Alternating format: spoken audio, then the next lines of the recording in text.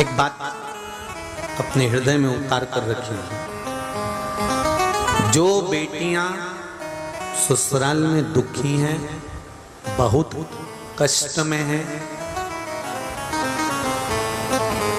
या आपस में सामंजस्य पति पत्नी का नहीं बन रहा है, या कोई विवादित वाली बात है, तो निवेदन है तलाक पर बात को लेकर मत जाना। एक बार बाबा देवाधिदेव महादेव का एक भाव जरूर प्रकट करना। महाराज,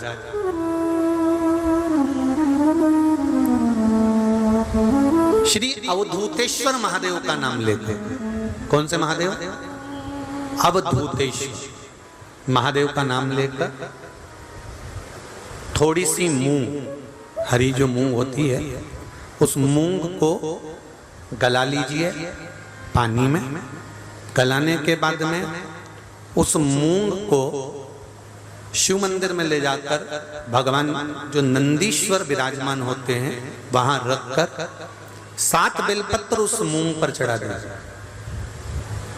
चढ़ाकर बेलपत्र मेरे देवाधिदेव महादेव को अवधूतेश्वर महादेव के नाम से समर्पित कर दीजिए। वो मूंग उठाकर गौशाला में या आपके रोड पर कोई नंदी दिख जाए या गौशाला में कोई नंदीश्वर हो तो उस नंदी को वो मूंग खिला दीजिए थोड़ी सी।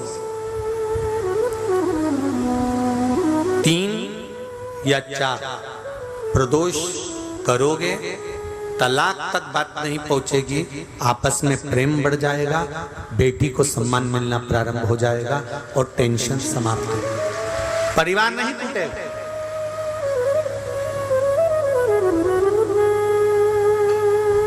हमारे यहाँ तो मूंग का प्रयोग, जो हरी मूंग होती है, धना होता है, खड़ा धना, गुड़, ये जब घर में मंगल विवाह होता है, शादी होती है या कोई अच्छा फंक्शन होता है तो उसमें इन चीजों की जरूरत होती है। कभी आपने अपनी सासू माँ से पूछा कि मम्मी ये मूंग क्यों रखते हैं, ये गुड़ क्यों रखते हैं, ये खड़ा धना क्यों रखते हैं? ये तो सब दाल का सामान है, ये तो सब वहां रसोई घर में होना चाहिए, फिर ये पूजा की थाली में इसको क्यों रखते हैं? उसका कारण क्या है?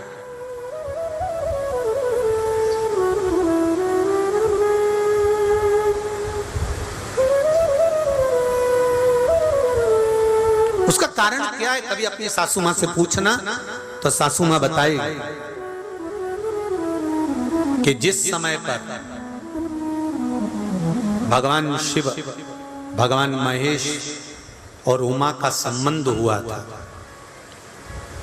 भगवान शंकर के 51 विवाह पहले हो चुके थे, पार्वती के साथ में 52वें नंबर का विवाह है शिव जी का।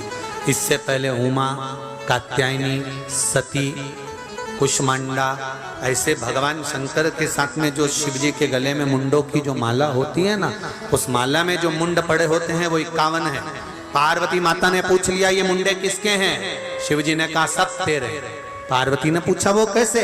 शिव जी कहते हैं तू इतने बार प्राणों को छोड़ चुकी है और जितने बार तू प्राण छोड़ती है उतने मुंडे में गले में धारण कर लेते, तेरी माला बनाकर पहनता।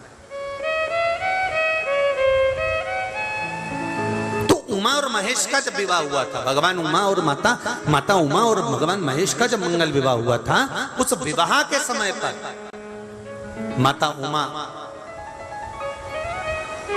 रुष्ट होकर भगवान शिव से, ऐसा नहीं है कि केवल माता उमा रुष्ट हुई, तिरुपति चले जाओ तो माता लक्ष्मी रुष्ट होकर नीचे बैठी हुई है।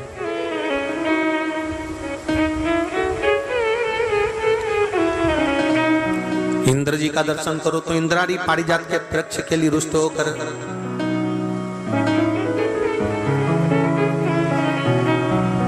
ब्रह्माणी और ब्रह्मा का दर्शन करो तो गायत्री मैया को यज्ञ में बिठा लिया पुष्कर जी में, तो गायत्री मैया को देखकर सरस्वती रुष्ट होकर बैठ गई। ऐसा नहीं है कि रुष्टता नहीं होती है, पर उस रुष्टता में दोनों का साथ भी होता है।